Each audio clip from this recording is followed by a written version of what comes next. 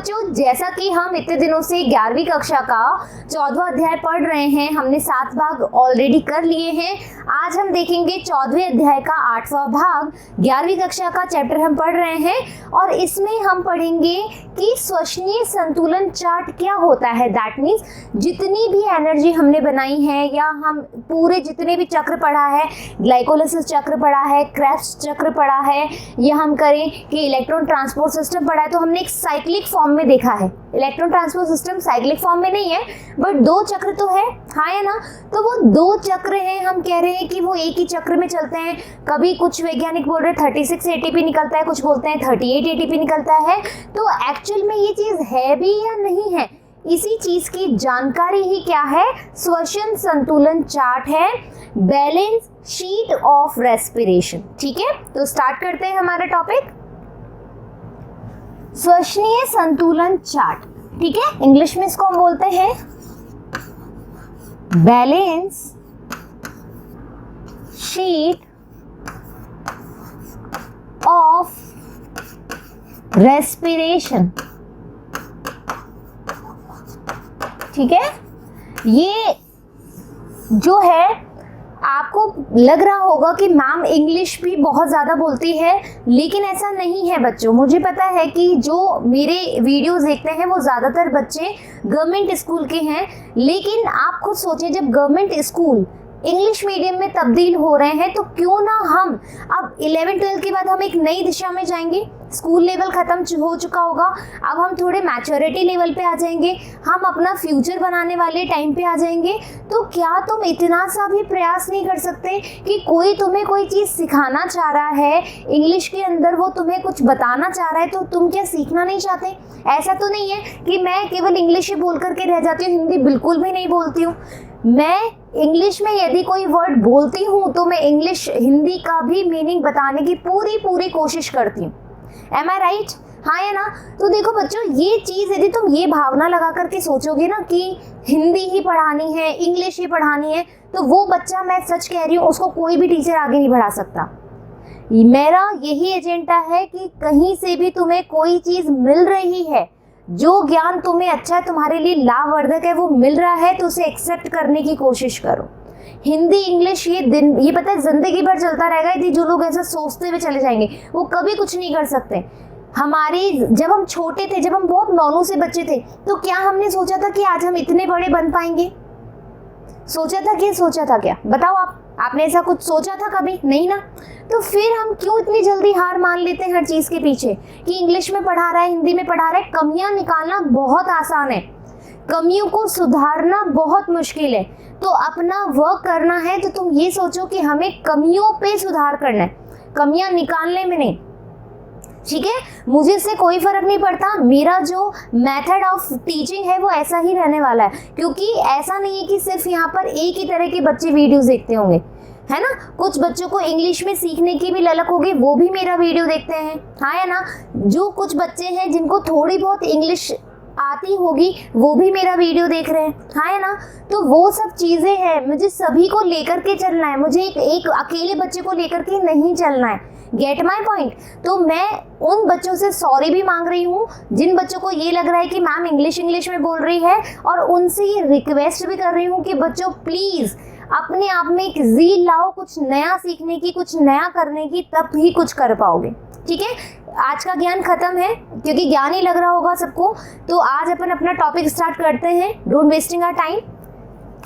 प्रत्येक ऑक्सीकृत ग्लूकोज अणु से बनने वाले प्राप्त शुद्ध एटीपी की गणना कुछ निश्चित कल्पनाओं के आधार पर की जा सकती है। ठीक है, कुछ थ्योरेटिकल चीज़ें होती हैं, मतलब लाइक ये होगा कि जब एरोप्लेन बना होगा, है ना, जब एरोप्लेन बना होगा तो किसी ने नहीं सोचा होगा कि एरोप्लेन में ये चीज़ें चाहिए होगी या ऐसा कुछ चलेगा, है ना। देखो, सोचना और करना बोथ आर डिफरेंट थिंग। लेकिन सोचने के बाद हम यदि किसी चीज़ को इम्प्लाई करते हैं, किसी चीज़ को करते हैं, तो वो चीज़ पॉसिबल है। ठीक है। तो जो राइट ब्रदर्स थे जिन्होंने एरोप्लेन बनाया था, उन्होंने भी कुछ सोचा होगा कि हाँ ऐसी कोई चीज़ उड़ रही है और हम उसको एरोप्लेन में तब्दील कर सकते हैं या हेलीकॉप्टर में तब्दील कर सकते हैं, ऐसा कुछ सोचा होगा उन्होंने। तो वैसे ही बच्चों, जब हमारी बॉडी की हम बात करें, वो तो एरोप्लेन की बात थी, बट यदि हम अपनी बॉडी की बात कर रहे हैं तो बॉडी में तो बहुत सारा साइकिल चलता है, हमारी बॉडी में बहुत सारा मेटाबॉलिक एक्टिविटी भी चल रहा होता है। तो क्या सभी चीज़ों को जो आप सोच रहे हो वैसा ही होता होगा?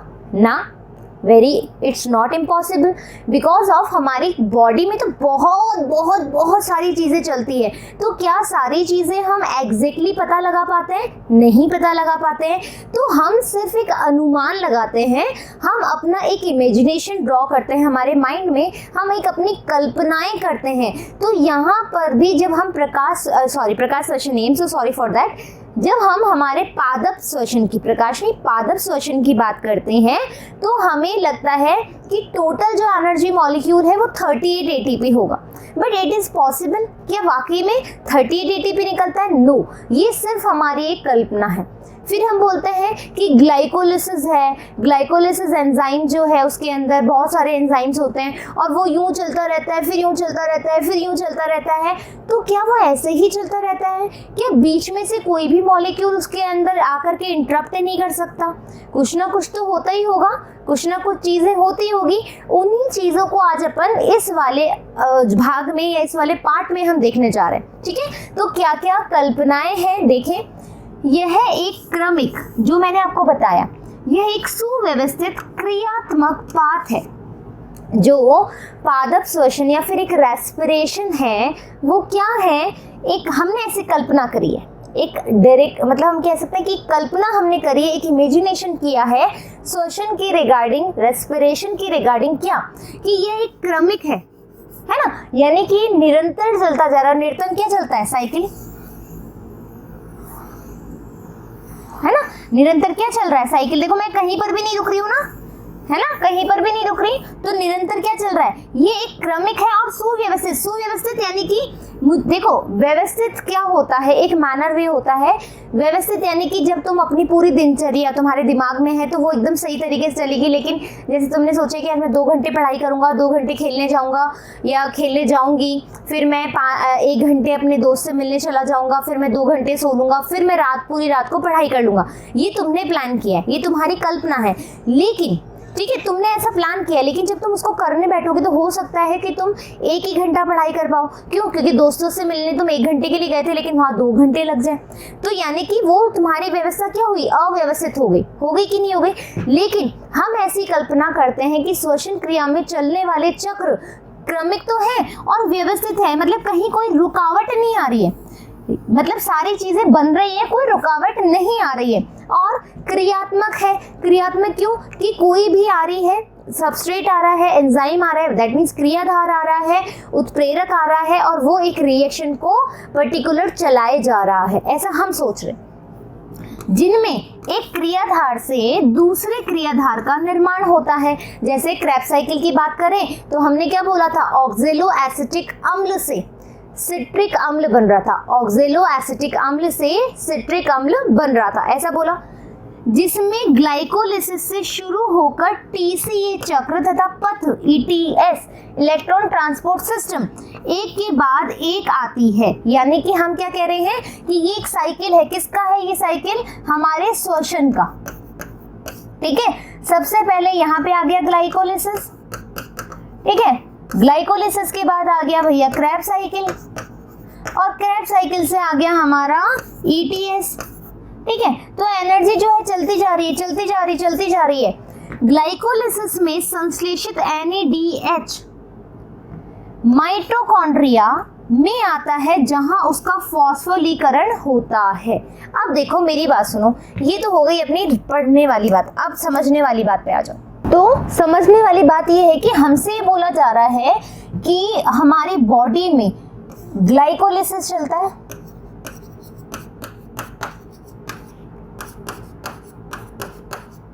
ग्लाइकोलिसिस चलता है हमारा कोशिका द्रव्य में, है ना। इस दौरान क्या होता है? ग्लूकोज मॉलिक्यूल से 2 पाइरुवेट के अणु बनते हैं। ठीक है, जो हमने पढ़ा है हम सिर्फ वही पढ़ रहे हैं, लेकिन कहाँ कहाँ क्या परेशानी आ सकती है वो चीज हम देख रहे हैं। ठीक है, पाइरुवेट आता है, पाइरुवेट में एक लिंक अभिक्रिया आती है, लिंक अभिक्रिया आती है। यहाँ पे अपना 2 ATP और 2 NADPH ठीक है, 2 ATP और 2 NADH2 निकलता है। यहाँ पर भी अपना 2 NADH2 निकलता है। ठीक है, फिर हम कह रहे हैं यहाँ पर एक निकलता है और मैंने इसको चलो एक ही लिख देती हूँ। ठीक है, तुम भी कंफ्यूज हो गए, मैं भी, एक निकलता है। फिर हम जा रहे हैं यहाँ पर हम जा रहे हैं माइटोकॉन्ड्रिया में। माइटोकॉन्ड्रिया के अधात्री में गया, क्रेब्स साइकिल चला, क्रेब्स साइकिल से CO2 रिलीज हुई। ठीक है, और NADH2 और FADH2 ये निकला, एक FADH2 निकला और 3 NADH2 और एक ATP या GTP निकला। हम कल बात कर चुके हैं, ये जाता है इनर मेम्ब्रेन पे ETS के ऊपर। ठीक है, ETS पे, और सारी जो एनर्जी है, सारी जितनी भी एनर्जी है वो ATP में कन्वर्ट हो जाती है। और हमने जब टोटल ATP बनाया था कल, तो हमारे पास आया था 38 ATP।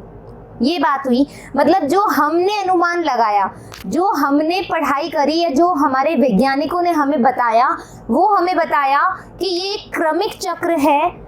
क्रमिक चक्र के दौरान क्या होता है कि ग्लाइकोलाइसिस में ग्लूकोज से पाइरुवेट बनता है। ये जो चीजें हो रही है, ये चीजें किस में हो रही है? हमारे ऑक्सी श्वसन में। यानी कि यहाँ पर हमें O2 की प्रेजेंस जो है बहुत ज्यादा इंपॉर्टेंट है। लेकिन यदि तुम यही प्रोसेसर तुम कहाँ कर रहे हो? अनऑक्सी में, अनऑक्सी श्वसन के अंदर, तो यहाँ पर कितना ATP निकलेगा अपना? ठीक है, 2 ATP निकलेगा, फाइन। और अनऑक्सी श्वसन में सिर्फ ग्लाइकोलिसिस तक ही प्रोसेस होता है। क्यों? क्योंकि इनके पास साइटोप्लाज्म तो हो सकता है, लेकिन और कोई मॉलिक्यूल इनके पास, और कोई ऑर्गेनेल इनके पास होता ही नहीं है। ठीक है, तो हमने ये चीज देख ली थी। अब क्या बोल रहे हैं वैज्ञानिक कि ये क्रमिक पथ में चलता है, कोशिका द्रव्य से हमारे माइटोकॉन्ड्रिया के आधात्री में जाता है, वहां क्रेब्स साइकिल होता है, क्रेब्स साइकिल से इलेक्ट्रॉन ट्रांसपोर्ट सिस्टम में जाता है। ये है एक क्रमिक पथ। क्या ऐसा ही होता है? क्या यही चीजें होती है? नहीं, हमारी बॉडी में भी चेंजेस आते हैं। देखो, यदि हम NADH की बात करें, है ना, NADH की बात करें तो आपको पता है ये NAD से बनता है और यहाँ पर इस तरीके की अभिक्रिया होती है। तो आपको पता है यहाँ पर क्या होगा? इसका ऑक्सीकरण होगा। क्या होगा? ऑक्सीकरण होगा। तो ये क्या होगा? हाइड्रोजन आयन जो है रिलीज होंगे, प्रोटॉन जो है रिलीज होंगे। और प्रोटॉन में आप कभी इलेक्ट्रॉन भी बोल रहे हो और कभी प्रोटॉन भी बोल रहे हो। तो दैट मीन्स हमें क्या कह रहा है कि ग्लूकोज जो मॉलिक्यूल है, मैं ये नहीं कह रही हूँ कि ये एकदम कंटिन्यू है। अब तुम खुद सोचो कि तुम क्या पूरे टाइम में एक ही ग्लूकोज का मॉलिक्यूल खाते हो अपनी बॉडी में? ऐसा होता है क्या कि हम जब फास्ट करते हैं, मैंने तुम्हें बताया था कि हम बहुत तेज भागते हैं, तो हमारी बॉडी में क्या हो जाता है? एनर्जी जो सोर्सेज होते हैं वो कम हो जाते हैं, ATP ज़्यादा लग जाती है और हमारे को हाफना शुरू हो जाता है। जब हम व्रत करते हैं भगवान जी का जैसे, तो उस समय भी आपको लगता है थोड़े समय तो हम निकाल लेते हैं, लेकिन थोड़े समय बाद हमें लो फील होता है, हम लेस एनर्जेटिक फील करते हैं कि मेरे अंदर अब क्षमता नहीं है, अब तो हमें कुछ ना कुछ एनर्जी सोर्स चाहिए। तो फिर अपनी मम्मियाँ जो होती हैं वो दूध पिला देती हैं, जूस पीने के लिए बोल देती हैं, कुछ फ्रूट्स खिला देती हैं कि चलो बच्चे का व्रत है, कुछ ना कुछ खा लो। ऐसा होता है। तो क्या हम पूरे टाइम में एक ही ग्लूकोज मॉलिक्यूल खाते हैं? ऐसा तो नहीं होता है ना। ग्लूकोज मॉलिक्यूल एक ही थोड़ा ना खाते हैं, हम फ्रूट्स के द्वारा भी ले सकते हैं। हमारी बॉडी में भी तो ग्लाइकोजन प्रेजेंट होता है, पता है ना, लीवर के अंदर प्रेजेंट होता है। तो ग्लाइकोजन से भी हमें एनर्जी मिलती है। हमारे जो फैट होते हैं उनसे भी हमें एनर्जी मिलती है। जब अपन एम्फोबॉलिक पाथवे पढ़ेंगे, नेक्स्ट वाला जो पार्ट है, उसके अंदर मैं तुम्हें सिखाऊंगी कि कहाँ कहाँ चीज़ें अंदर एंटर हो सकती है। ठीक है, ये बात समझ में आ गई।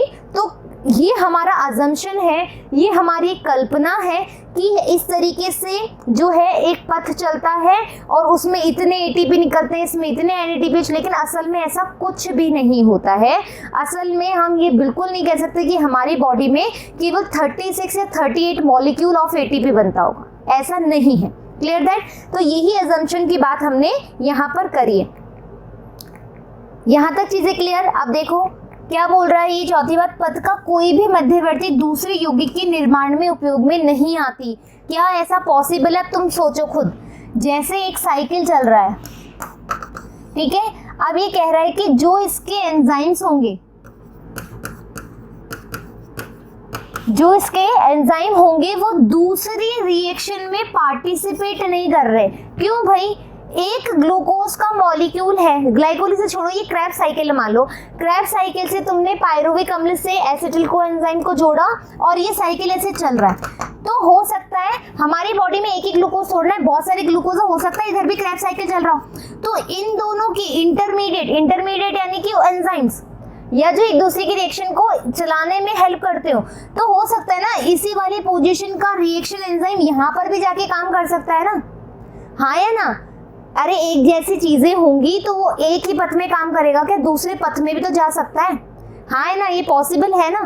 पॉसिबल है ना? जैसे मान लीजिए आपके पास 100 रुपए है, ठीक है, और आपको 2 बंदों में पैसे बांटने, ठीक है, तो मान लीजिए कि आप एक बंदे के पास पैसे खत्म हो गए, वो दूसरे से पैसे लेकर के अपना काम चला सकता है ना। तो हम ये थोड़ा ना बोल रहे हैं कि भैया एक का पैसा है वो एक ही काम आएगा, दूसरे की काम नहीं आएगा। लेकिन हमारी ऐसी परिकल्पना क्या थी कि यदि कोई भी मध्यवर्ती दूसरे यौगिक के निर्माण में कोई हेल्प नहीं करता, ये बिल्कुल गलत बात है। कोई भी इंटरमीडिएट, कोई भी मध्यवर्ती एंजाइम जो होते हैं वो एक दूसरे की रिएक्शन में यदि वो समान है तो वो हेल्प कर सकते हैं। Clear that? श्वसन में केवल ग्लूकोज का ही उपयोग होता है, ऐसा कुछ भी नहीं है कि श्वसन में ग्लूकोज का ही उपयोग होता है। कैसे बताओगे? तुम्हें पता है हमने बोला था कि इसको हटा दो 1 मिनट,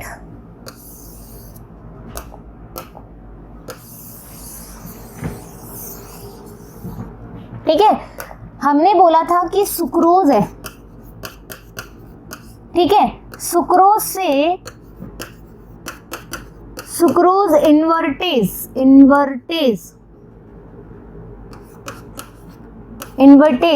ये सुक्रोज इन्वर्टेज से क्या बनता है? ग्लूकोज और फ्रक्टोज, ठीक है, ये बात हमने ऑलरेडी कर ली है। तो ये कह रहा है कि केवल ग्लूकोज से ही हमारा क्या चलेगा? श्वसन चलेगा? बिल्कुल नहीं, फ्रक्टोज भी यहाँ पर आकर के श्वसन क्रिया चला सकता है। श्वसन भी मतलब श्वसन में फ्रक्टोज भी आकर के, जैसे कोई भी रिएक्शन चल रही है तो फ्रक्टोज भी वो चीजें चला सकता है। और आपने देखा होगा स्टार्टिंग में वीडियो कि हमारे बॉडी में फैटी एसिड भी हेल्प करते हैं हमारी एटीपी के निर्माण में, और हमारी बॉडी में जो लिपिड्स होते हैं, वसा होती है, ग्लिसरॉल जो होते हैं वो भी हेल्प करते हैं।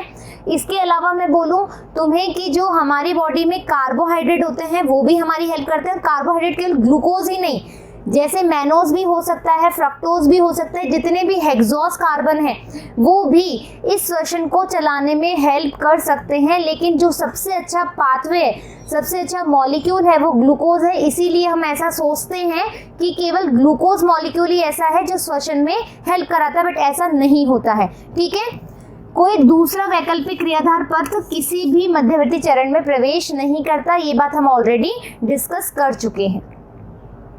पथ में क्रियाधार आवश्यकता के अनुसार बाहर तथा अंदर आ जा सकते हैं। आवश्यकता अनुसार एटीपी का उपयोग हो सकता है। अब उस बात को सहमति का ये चीज बता रहे हैं जो मैं आपको समझा चुकी हूँ। हमने 4, देखो ये हमारा जो टॉपिक है उसमें ये बोला गया है कि इन 4 पॉइंट्स पे, एक पॉइंट ये है कि जो भी पथ चल रहे हैं वो एक क्रमिक है, सुव्यवस्थित है और एक ही अरेंजमेंट में कंटिन्यू चल रहे हैं, जो कि पॉसिबल नहीं है।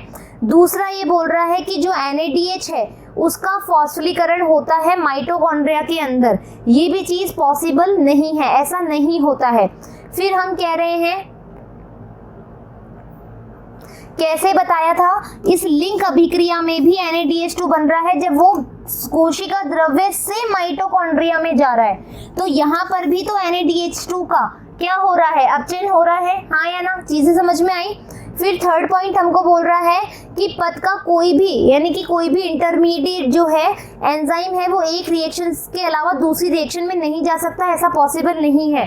फिर ये बोल रहा है कि श्वसन सिर्फ ग्लूकोज से चलता है। तो ये 4 पॉइंट पे हमें कार्य करना है और ये कार्य हो गया है पथ में क्रियाधार की आवश्यकता के अनुसार वो बाहर और अंदर जा सकते हैं, यानी कि ये एक साइक्लिक पथ है। पहली लाइन ये बोली ना कि साइक्लिक पथ पे चलते हैं, तो क्रियाधार तो यूं ही जाने चाहिए, है ना, इंटरमीडिएट यूं ही जाने चाहिए, लेकिन ऐसा नहीं। आवश्यकता के अनुसार मान लो यहाँ पे फ्रक्टोज है, यहाँ पे फ्रक्टोज खत्म हो गया है, तो वो बाहर से भी फ्रक्टोज अंदर आ सकता है, ठीक है। और यदि कहीं और फ्रक्टोज की जरूरत और यहाँ पे फ्रक्टोज बन रहा है तो ये यहाँ से बाहर भी जा सकता है।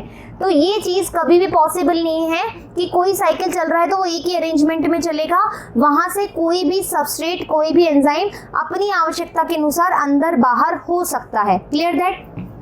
अनेक विधियों द्वारा नियंत्रित किया जा सकता है और एंजाइम की क्रिया की दर जो रेट ऑफ रिएक्शन है उसको अलग अलग एंजाइम के द्वारा हम सॉर्ट आउट कर सकते हैं, ये तो हमें अच्छे से पता ही है। फिर भी ये क्रिया करना उपयोगी है क्योंकि सजीव तंत्र में ऊर्जा का निष्कर्षण और संग्रहण हेतु इसकी दक्षता सराहनीय है।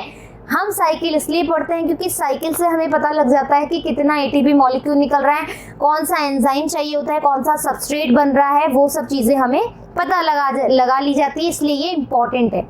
अतः ऑक्सीश्वसन के दौरान ग्लूकोज के अणु से एटीपी के 36 अणुओं की शुद्ध प्राप्ति होती है और कहीं जगह 38 भी होती है। We already talk about it, हम ऑलरेडी बात कर चुके हैं इसके बारे में कि कब 36 बोलते हैं और कब 38 बोलते हैं। किण्वन तथा ऑक्सीश्वसन की तुलना, अब देखो किण्वन और ऑक्सीश्वसन यानी कि एरोबिक और एनारोबिक रेस्पिरेशन में ये डिफरेंस बता रहा है जो हम ऑलरेडी अच्छे से पढ़ चुके हैं, लेकिन हम एक बार रिवाइज कर रहे हैं, ठीक है। किण्वन में ग्लूकोज का आंशिक विघटन होता है यानी कि पूर्ण ऑक्सीकरण नहीं होता है, हमें पता है ये बात, जबकि ऑक्सीश्वसन में पूर्ण विघटन होता है, ठीक है। और कार्बन डाइऑक्साइड में जल बनते हैं, ये तो हमने पता ही है कि लास्ट में क्या बनेगा, CO2 बनेगा और H2 बनेगा, जो हमने कल बनाया भी था। किण्वन में ग्लूकोज के एक अणु से पाइरुविक अम्ल के बनने के दौरान एटीपी के 2 अणुओं का निर्माण होता है, ये मैंने भी बताई थी आपको। आ जाओ देखो बताऊं कहां पे। अनऑक्सीश्वसन यानी कि किण्वन अभिक्रिया में 2 एटीपी का निर्माण होता है, यही वाली बात हमने बताई है और इसने भी यही वाली बात बोली है, सॉरी, है ना। 80 अणु का निर्माण होता है, जबकि ऑक्सीश्वसन के दौरान बहुत अधिक एटीपी अणु बनते हैं। टोटल कितने बनते हैं, 38 या 36। किण्वन में NADH का NAD+ में ऑक्सीकरण मंद गति से होता है, बहुत स्लो रेट बनती है, लेकिन यदि अपन ऑक्सीश्वसन की बात करें क्योंकि बहुत ज़्यादा मात्रा में हमें इनको प्रोड्यूस करना होता है, तो यहाँ पर ये जो गति होगी वो कैसी होगी, तीव्र गति होगी। इस तरीके से आज हमने देखा कि श्वसन का जो एक संतुलन चार्ट है वो कैसे बना सकते हैं, क्या अजम्पशन हो सकते हैं, अजम्पशन यानी कि क्या हमारी कल्पनाएं हो सकती है और किस तरह की सत्यता हमारे पास पाई जाती है, ठीक है। तो फिर मिलेंगे अपन एक नए पार्ट के साथ, जब तक धन्यवाद।